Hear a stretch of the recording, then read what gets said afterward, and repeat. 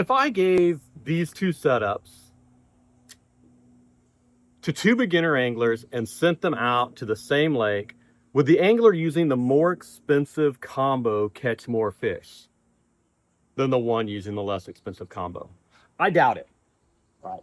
And this doesn't just go for bait casters. Same thing could be said for spinning reels, right? More expensive, less expensive. Is there going to be a difference? Probably not. Now, the expensive setup most likely is going to be smoother for sure. It's going to be lighter, more enjoyable to fish probably. But if you're expecting better equipment to suddenly make you catch more fish, there are a number of other things you need to look at first. MitchTram here. I want to talk about expensive fishing gear and whether it actually helps you catch more fish. And I want to make something clear right at the beginning. I'm not going to sit here and tell you that a $50 rod and reel is exactly the same as a $500 combo, because it's not. Absolutely not. There are real differences between inexpensive and expensive fishing equipment. No argument here. Generally, a more expensive reel is going to be smoother.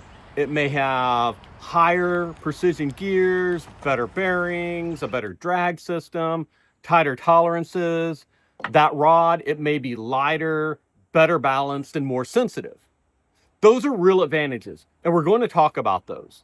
I own some inexpensive fishing gear myself, and I own some fairly expensive fishing gear. I enjoy using both, but I don't expect either one to find fish for me. And I think that's where some of us anglers, sometimes we get that mixed up. A better rod and reel can make certain parts of fishing easier. No questions, right? It can make fishing more comfortable.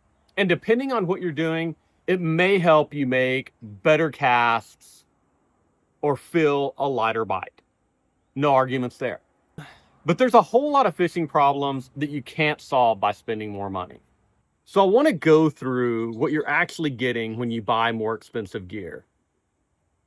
What that gear can't do for you, and when I do think it's worth paying a little bit more for them. Because I'm not against buying nice equipment. I buy it myself. I do. I just think you need to understand what you're paying for. I think it's pretty easy to understand why anglers start believing better gear will help them catch more fish. Most products work that way to some degree. So thinking about a better tool may make a job easier. A better camera may give you a better image. And a better piece of equipment, it may be more accurate, dependable, and easier to use. So we naturally carry that same idea into fishing. And it does apply, but there are diminishing returns. So you walk into a tackle store or you're looking online, and there's always a new reel, a new rod, a new lure that's supposed to give you some kind of advantage, right? One reel has a lighter spool, another has a better braking system. This new rod is supposed to be 2 times more sensitive, and one is made with a new material that's lighter, or maybe it's stronger than the material they used last year. And some of those improvements are legitimate, or maybe they're all legitimate, but to what degree, right?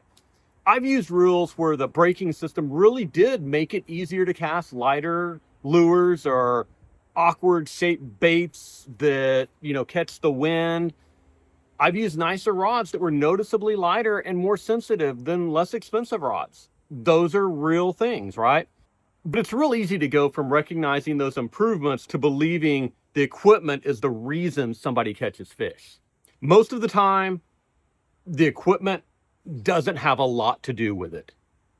Here's what I think happens. Buying a piece of equipment helps you feel like you did something to improve your fishing, right? It's psychological. And having confidence in your setup and bait, that's a real thing. I've said it time and time again. You have to have your confidence baits, right? I'm not going to tell you that's not, but it doesn't replace knowledge, and it isn't going to automatically catch you more fish. What will help you catch more fish is knowledge of fish, of structure, conditions, and all of that takes time. So learning why the fish were at a bank and then left the bank, learning how the wind positions bait fish, learning when you need to slow down, speed up, change depth, or leave an area altogether. That takes time on the water, right? You're going to make mistakes while you're learning those things. We all go through it. It takes time. You're going to have trips where you think the fish should be in one place and they're just not there. Try to cover a lot of water because I'm just not catching a lot this morning. Right? I've been there many times where everything looks good, but they're just not there. It's a whole lot easier to buy another lure, a rod, or reel than it is to figure out why the lure or setup you're already using isn't getting bit. And I'm not saying that like I've never done it. I own plenty of rods and reels and lures. I like fishing gear, just like everybody else does, right? Buying the gear, that's the easy part. Learning what the fish are doing is the part that actually takes time and matters more. So if that expensive setup doesn't automatically catch more fish, what are you actually paying for? You are getting some real improvements, right? They're just not the same thing as buying more bites. The first thing you'll notice with a more expensive reel is more refinement, right? The handle probably turns easier. The gears, they feel smoother like butter, right? The drag starts up with no hesitation. It just comes out very smoothly. The reel feels tighter with less movement in the handle. Other parts of the body may be made of aluminum or magnesium instead of plastic, and it just looks more premium. When you pick up an inexpensive reel and turn the handle, it may be perfectly fine, but when you compare it directly to a better reel, that's usually where you start noticing the difference. And the next thing is weight. A lighter rod, that may not seem like a huge advantage when you pick it up in the store. You may be only talking a couple of ounces on a rod, but if you fish that for several hours and make lots and lots of casts, that weight and the balance, they start to matter. It can be especially noticeable with something you work continuously, like a jerk bait, a topwater lure where you're walking it, any technique where you're moving the rod a lot. The lighter, better balanced setup, it normally doesn't feel as heavy at the tip. And that can make it more comfortable to fish. Then you have casting performance. More expensive reels may have lighter spools, especially on a bait caster, and more refined braking systems. That can help when you're casting light lures, trying to skip a bait, or dealing with a lure that doesn't cast very well due to profile and wind resistance. But I want to be careful about how I say that, right? So think about this. The reel may make the cast easier, but it isn't making the cast for you. You can backlash an expensive reel. I've backlashed expensive reels. We probably all have, right? And an angler who's learned how to use a bait caster can take a fairly inexpensive reel, set the brakes correctly, use the right line, and cast it very well. So the more expensive reel may give you more control or more forgiveness, but it doesn't replace learning how to cast. You may also get a better drag system, right?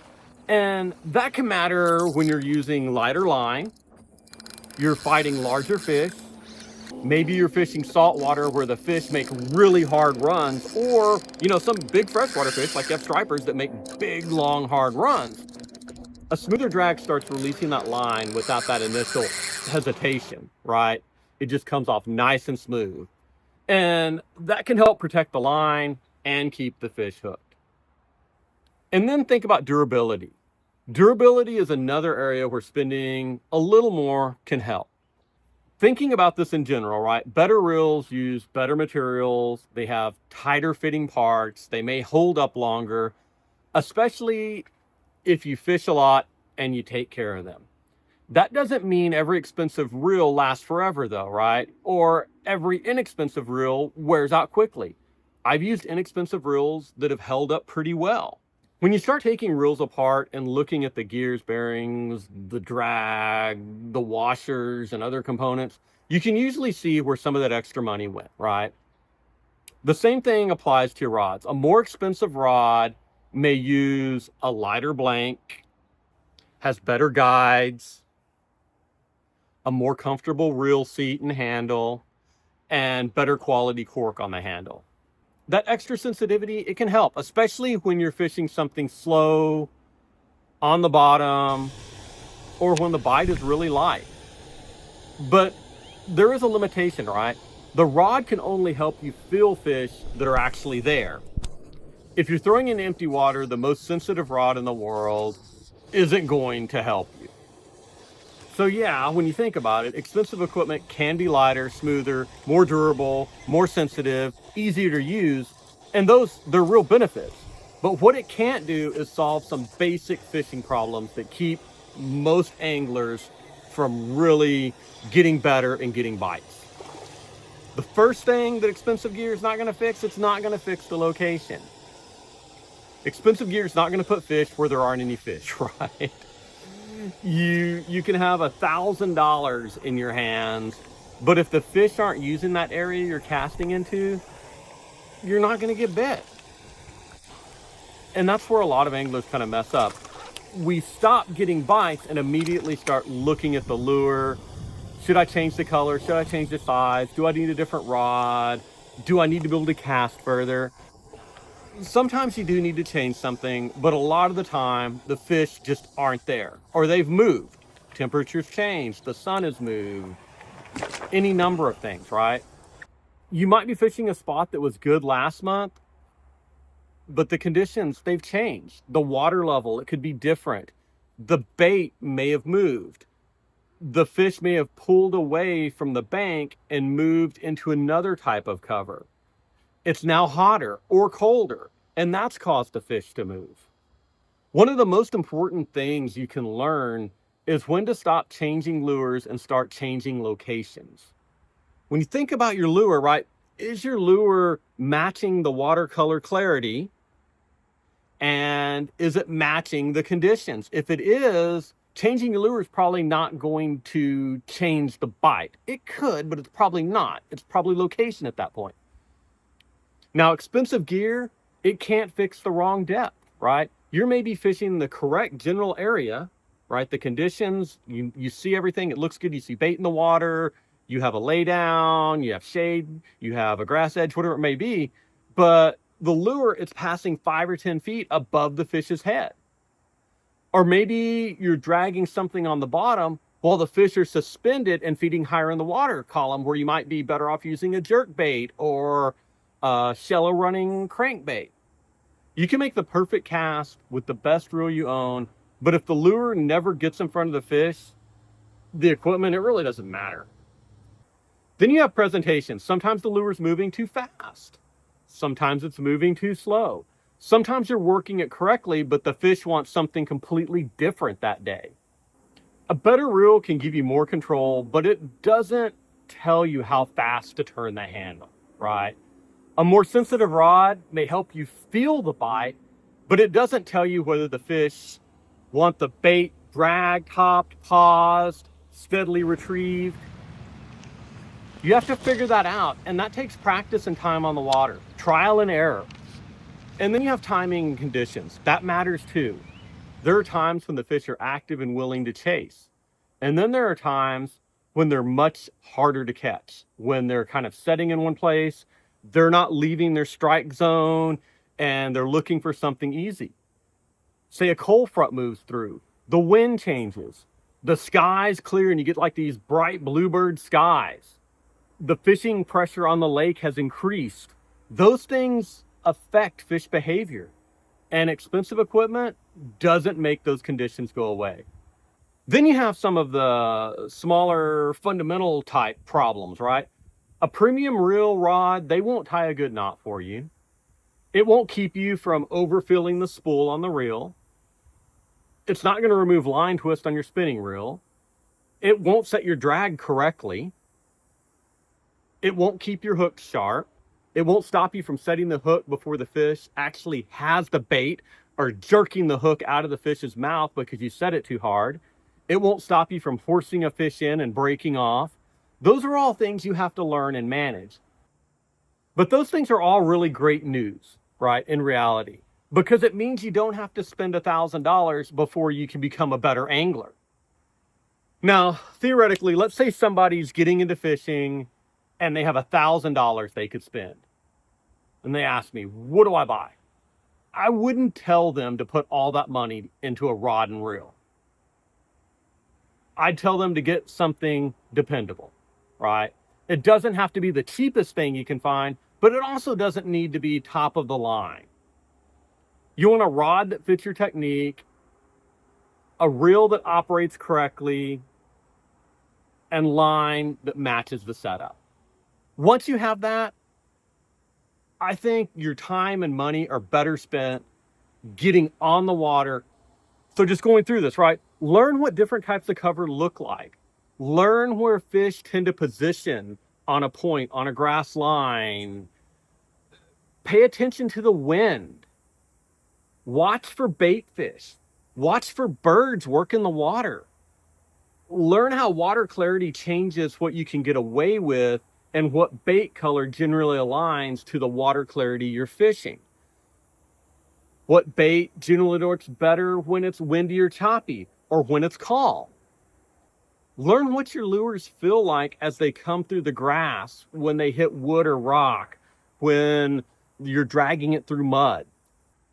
And learning that bite, right? Sometimes it's a hard strike. Sometimes they just slam it. But a lot of times it's just a small little tick, a little extra weight. The line, it starts moving in a direction it shouldn't be moving. A more sensitive rod can help with that, for sure. But you still have to learn what you're feeling. If you don't know what you're feeling, it doesn't matter how expensive and sensitive that rod is. I'd tell them to spend money going fishing. Get out on the water, right? And that means fuel, park fees, maybe some additional baits or terminal tackle, whatever it takes to get out there. You can watch videos and learn a lot. And I believe that. I do, right? If I didn't believe it, I wouldn't be making these videos. But you need to see what happens when the wind shifts and changes, right? You need to see how fish position on a piece of cover. You need to make the wrong decision a few times so you recognize it sooner the next time. Some trips are going to go well and some aren't, right? You're going to have some bad trips. But even when that fishing is bad, try to leave with something you learned. Were the fish not in the area? Were you fishing at the wrong depth? Did you miss bites because you weren't watching the line? You're fishing slowly and you have your phone in the other hand and you're scrolling and you're missing bites. I've seen it. I've seen guys sitting there like scrolling their phone and their line's moving. They don't even see it, right? Did you stay in one location too long? Those lessons will do more for you than continually replacing equipment that wasn't causing a problem in the first place. So how much do you actually need to spend? And there isn't an exact number because it depends on what type of fishing you're doing. You also have to think about your budget, right? Don't spend more than you can afford. So like thinking about a surf setup, it's going to be different from a bass setup. A reel that's going to be exposed to salt water has different requirements than one that's mainly used in the freshwater lake, pond, river. But for general freshwater fishing, you don't need the most expensive equipment out there. Just to give you an example, this is a house brand rod, fairly decent, sensitive rod, probably about 75 bucks. And this is a 13 fishing Inception reel, which is also around 80 bucks. This combo is plenty capable of catching fish. And I fished this combo, there's nothing wrong with it. I wouldn't feel like I couldn't catch fish because this setup wasn't expensive enough. Now, there's a point where really cheap equipment can create problems. A reel with poor brakes, it's going to be hard for beginners to learn, right? You're going to really have to have good thumb control. A rough drag, that can cause trouble with lighter line and cause break-offs if it's sticking, right? A rod that's too heavy or poorly balanced, that becomes uncomfortable with casting. A very inexpensive piece of equipment may just not hold up. So I'm not necessarily saying buy the cheapest setup you can find.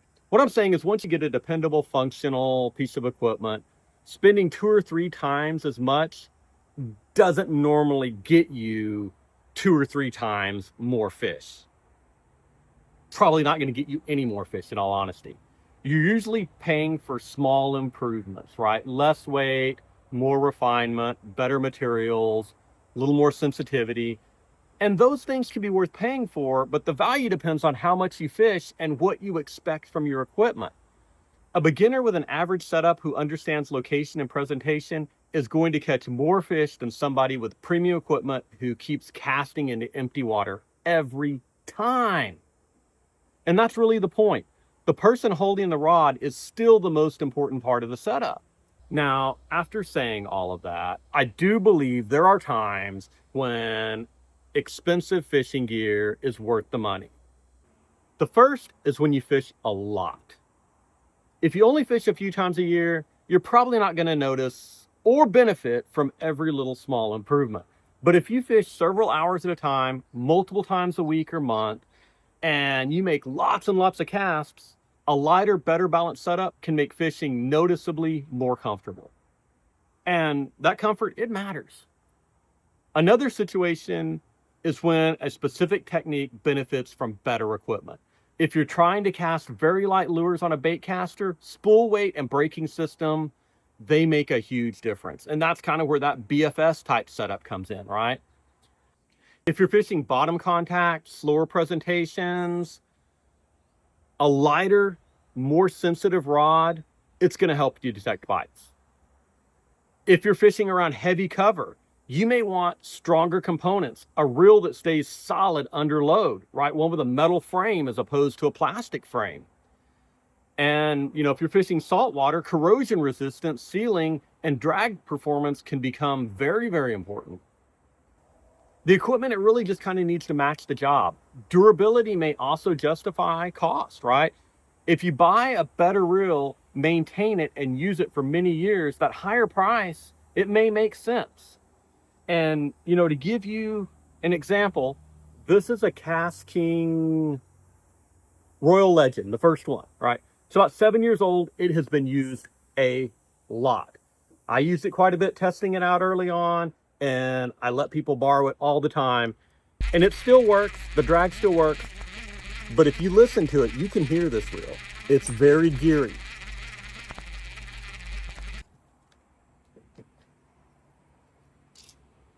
On the flip side of that is this Corrado, and I think this Corrado is 8 years old at this point. It's 7 or 8. I think it's 8.